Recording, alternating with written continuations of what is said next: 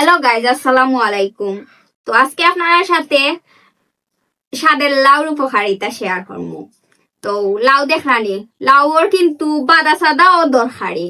তারপরে লাউরও যে বিচি আছে নানি, বিচি দিয়া খাইন মানুষে পিসিয়া হুকন চাটনি, আর লাউর বাদা দিয়া খাইন যে হুকন শিরাও অনেকে করিয়া খাইন। তারপরে ছোট ছোট করে খাটিয়া এরপরে বাজে করিয়াও খাইন, আলু দিয়া বাজে করি, আলু বাজির মতো খুব স্বাদ।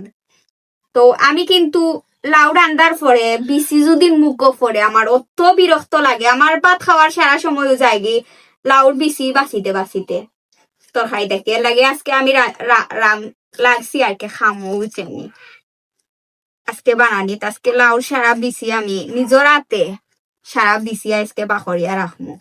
ও গো মাই, ওগু 150 টাকা দিয়ে কদু আনছি, আর ওখান তুমি সারা বিচি ফেলাই এখন কমাইলি রে রুমে রুমে টেকা।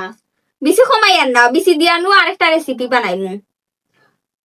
বিচি তো খামো লাগবো নানি, বিচি দিয়াও আরেকটা রেসিপি বানাইমু। বিচি দিয়া আপনারা আজকে উকন চাটনি করিয়া দেখাই, উকন চাটনি অত মজা লাগে।